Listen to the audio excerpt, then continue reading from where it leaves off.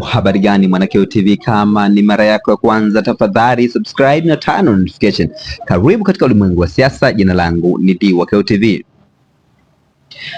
Kupitia ukurasa rasmi wa Chama cha Demokrasia na Maendeleo Chadema, umeandika chapisho rasmi kabisa kuhusu mwendelezo wa kesi ya uhaini ya Tundu Antipas Lissu.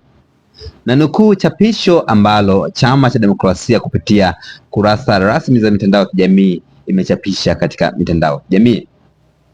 Na nukuu, kesi ya uhaini namba 19605/2025 inayomkabili mwenyekiti wa chama taifa Mheshimiwa Tundu Antipas Lissu imepangwa kuendelea katika Mahakama Kuu Kanda ya Dar es Salaam tarehe 9 Februari mwaka 2026.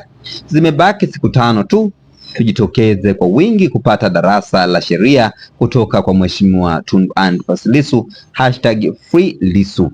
Hayo ni maneno ambayo Chama cha Demokrasia na Maendeleo Chadema kimechapisha katika mitandao ya kijamii kuwaasa wanachama wa Chama cha Demokrasia na Maendeleo Chadema waweze kujitokeza kwa ajili ya kusikiliza kesi ya mwenyekiti wa Chama cha Demokrasia na Maendeleo Chadema Tundu Antipas Lissu.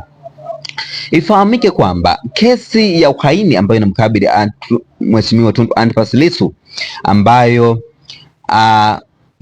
ilifunguliwa mara punde tu baada ya Tundu Antipas Lissu mwaka jana, ilikuwa ni tarehe 14 mwezi wa 4 alipokamatwa pale katika wilaya ya Mbinga kule mkoa wa Ruvuma kule alipokuwa akihutubia wanachama wa Chama cha Demokrasia na Maendeleo Chadema. Jina langu Dwakeo TV. Ningependa kuona maoni yako katika sehemu ya comment section hapo. Shika maoni yako. Tutana wakati ujao katika masuala mbalimbali ya kisiasa. Bye bye.